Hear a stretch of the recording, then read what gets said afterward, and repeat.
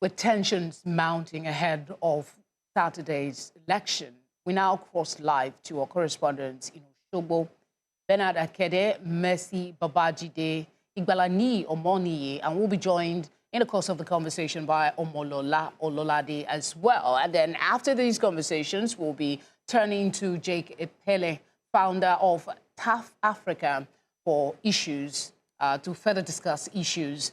Mercy, thank you all for the coverage so far. Let me start with Mercy, actually, because earlier you were at the press conference where the governor called on the IGP to make a public statement as to security in this state. What has been the response around you since that press conference? See, this is for our viewers at home who do not have the backstory. Senator Fadansi made some statements about killing Accord leaders, and if they can kill them, he said to further kill their children or kill their wives. And of course, the governor called for a press conference calling on the Inspector General of Police to investigate, and not just investigate, to, of course, arrest anyone he finds culpable of this offense. But then in a recent development, we've seen where Senator Fadansi has clarified. He said, when he said kill Accord, it didn't mean it literally. It meant kill them by vote.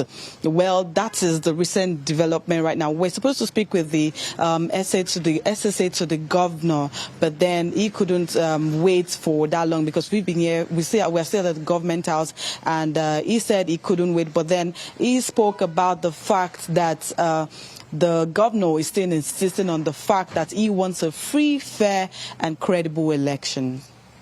All right, Bernard, after today's developments and the latest allegations of politically motivated threats, what is the situation on the ground where you are at, and what are the voters saying in response? Free, fair and credible elections, like Mercy said.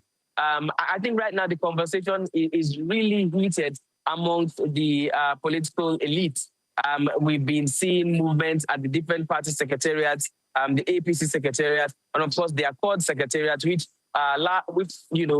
coincidentally are on the same, or rather along the same road. And I think this recent occurrence has also sparked some kind of reaction amongst other parties. If you remember, we already had the mega rally by the ADC yesterday, but not long after these activities that just unfolded, we began to see some more movement on the road, like another kind of mini rally by supporters of the ADC. Also, just within that particular period, within the space of those 2 hours, we also heard that the Accord party, which was supposed to have a mega rally tomorrow, probably the last one, some kind of information reached us that it's possible that that rally has been cancelled.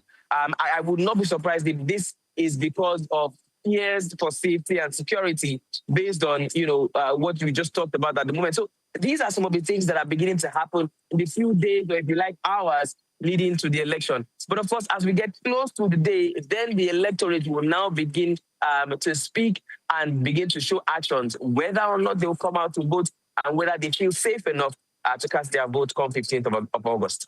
All right, I understand we have Omolara Ololade as well joining in for this conversation. Good to see you, Omolara. Let's speak to Ni, and then we'll come to you. Ni, what is the security picture across Osogbo tonight, particularly around key election-related locations and facilities that you've observed? Well, there was a show of force today, and they went all around every area in Osun State. I want to believe very few areas were not touched, and I'm talking about the joint task force of the military, NSCDC, police, all security operatives you can think about. And it's important to put on record that over 25,000 security operatives have been deployed for this election. That's to tell you how much of an interest it is, not just to various stakeholders, but of course to the security operatives themselves. So for them, they feel that they have passed the message.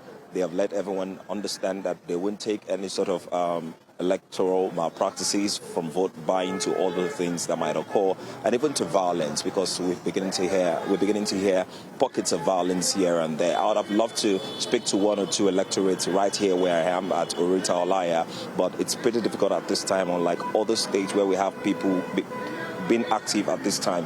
Osun State is not like that. Activities are beginning to wind off, as you can see right behind me. But in terms of security, for now, the security operatives have guaranteed the safety of lives and property. But of course, we can't tell until that day, until that election time. And of course, when materials start moving from one place to the other, then we can really tell if the security operatives have done their duty or due diligence.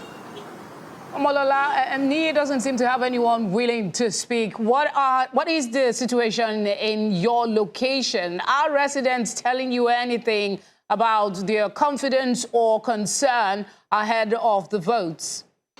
Yes, Felicity.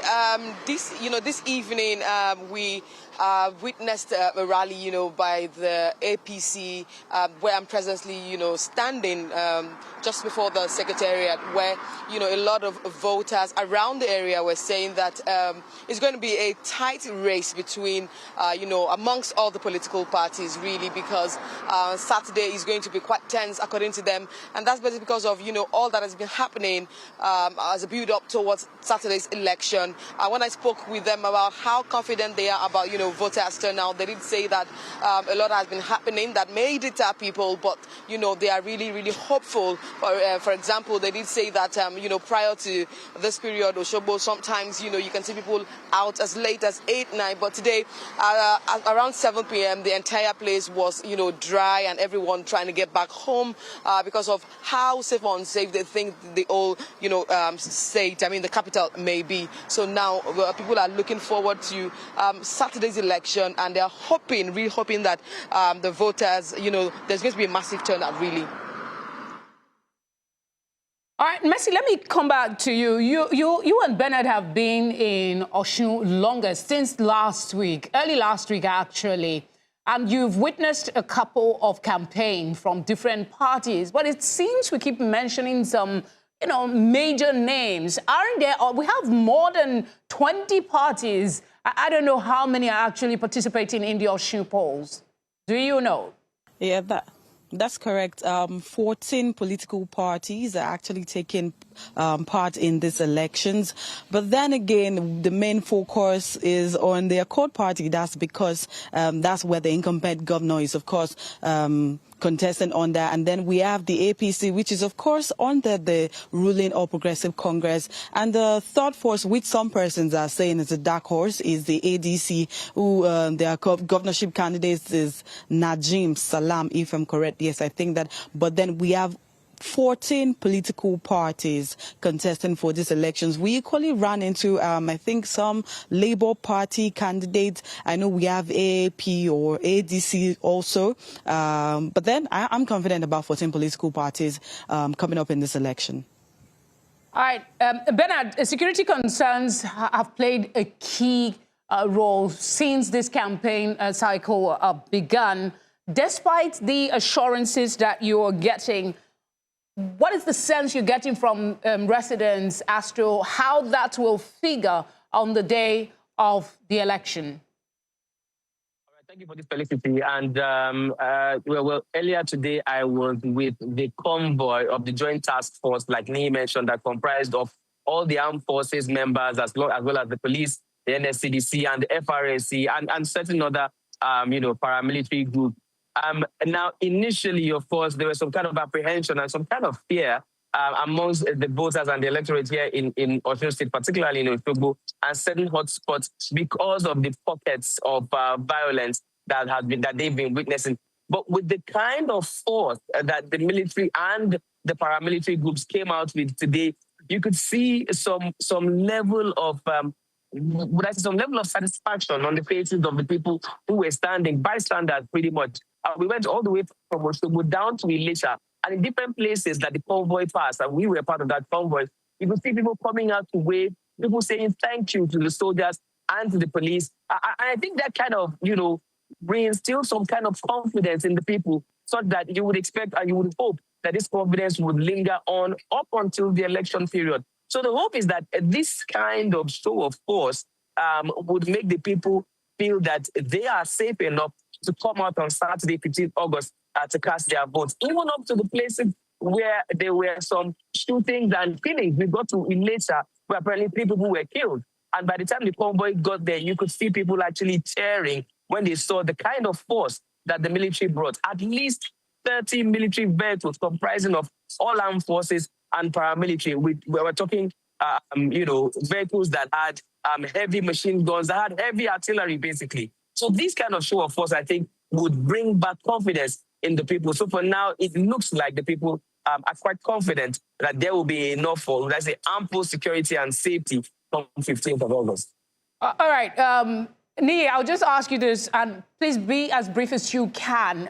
The governor has called for the IGP to make a public statement regarding the security and, control-free, other than taking care of security in the state ahead of the election. What are your what are you hearing about the possibility that the IGP would indeed respond? Well, the truth is there's no way to really grasp the response you get from the IGP, because as the information got into him, yes, he made a public address. I'm talking about the governor now. I'm speaking to the IGP, and I want to believe the necessary channel has been passed through to send that message to the IGP. We just have to all wait to get the response from the IGP. Of police won't speak to you, and the commissioner of police will try to reach out. If we don't get any reply from the IGP from now to tomorrow, we'll try to reach out to the commissioner of police and see his own response in the interim while we wait for the IGP to give response to that. But one thing is sure, the governor of the state currently has highlighted his concern and is hoping that he gets a reply from the Inspector General of Police.